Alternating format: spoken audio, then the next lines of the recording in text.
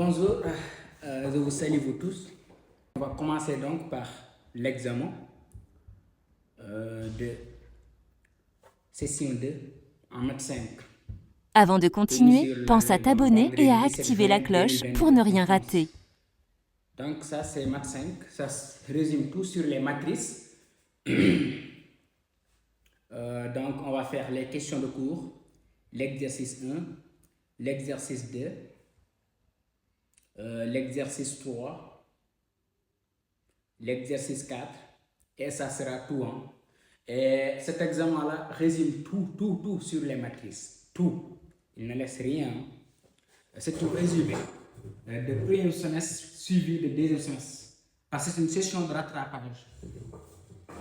Donc, je vous demande seulement de partager la vidéo et de commenter, laisser un commentaire. Soit sur les notions qui ne sont pas claires sur les matrices. Donc, on va commencer l'examen de session 2. C'était l'université du littoral Côte d'Opale. C'est en France, à Calais. Donc, ce programme-là est en rapport avec tous les programmes français qui sont ici en France, mais aussi qui sont dans les autres zones, comme en Afrique, en Asie. Donc, on va commencer directement avec les questions de cours. Donc, c'est les matrices. Questions de cours. Donc, soit M un entier naturel non nu, soit A appartenant à R. C'est-à-dire ça, c'est la taille de notre matrice, Rn fois n, une matrice carrée de taille n. Donner une condition nécessaire et suffisante pour que la matrice A soit inversible. Donner une condition nécessaire et suffisante pour que notre matrice n soit inversible. Notre matrice A soit inversible. Toujours dans ce genre de questions-là en mathématiques, soit tu peux le répondre par deux manières, par une phrase ou par des démonstrations mathématiques. Donc, on va commencer par les démonstrations mathématiques. C'est pas beaucoup, Ok. Donc, on va commencer directement les démonstrations. Donc, je vais couper la vidéo projecteur. Donc, question de cours. Conditions pour qu'une matrice soit inversible.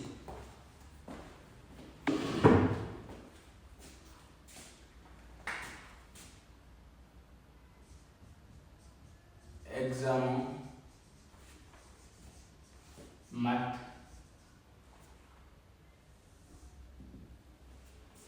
Matrice.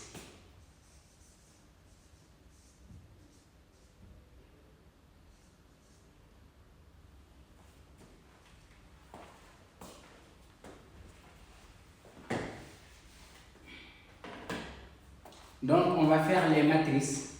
Question de cours. Donner une condition nécessaire et suffisante pour qu'une matrice A soit inversible.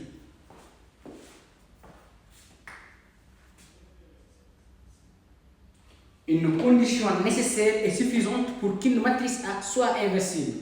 Seulement, une matrice est inversible si son déterminant est non nul. La matrice A est inversible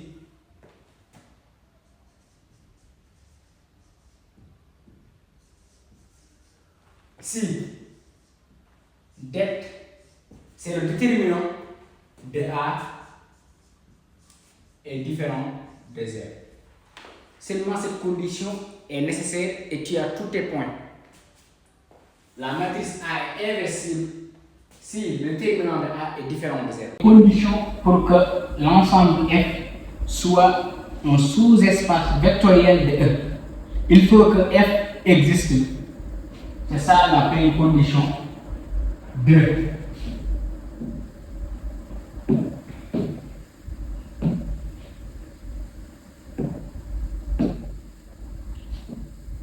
les conditions pour que F soit un sous-espace vectoriel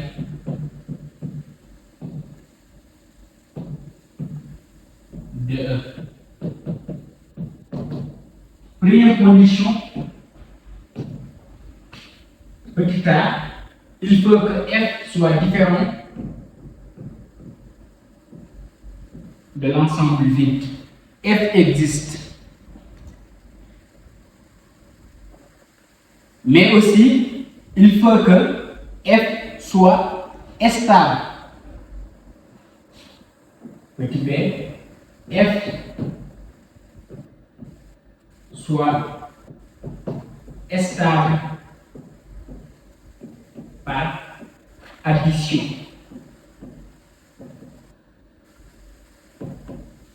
C'est quoi l'instabilité de F par addition? C'est-à-dire, si on prend deux vecteurs U et V appartenant à F chacun, leur addition U plus V doit appartenir à F. On va le démontrer comme ça, on va le faire ici. Soit U appartenant à F et V appartenant à F. Cela implique que U plus V appartient à F. C'est ça qu'on appelle stable par addition. Si on prend U appartenant à F, V appartenant à F, leur addition U plus V doit appartenir à F pour qu'on dise que F est stable par addition. Mais aussi, F doit être stable par multiplication. Stable par multiplication.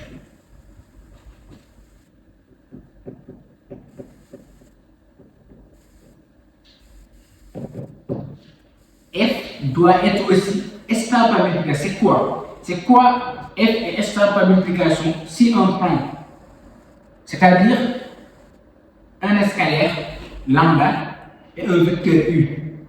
Le produit aussi doit appartenir à F. Scalaire, c'est un nombre qui n'est pas un vecteur.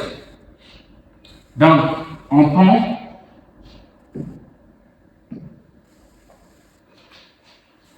quel que soit lambda appartenant à F et U appartenant à F, quel que soit le scalaire que tu prends dans le réel et tu l'associes par multiplication avec U, ça doit appartenir aussi à F. Ça ne doit pas sortir de F.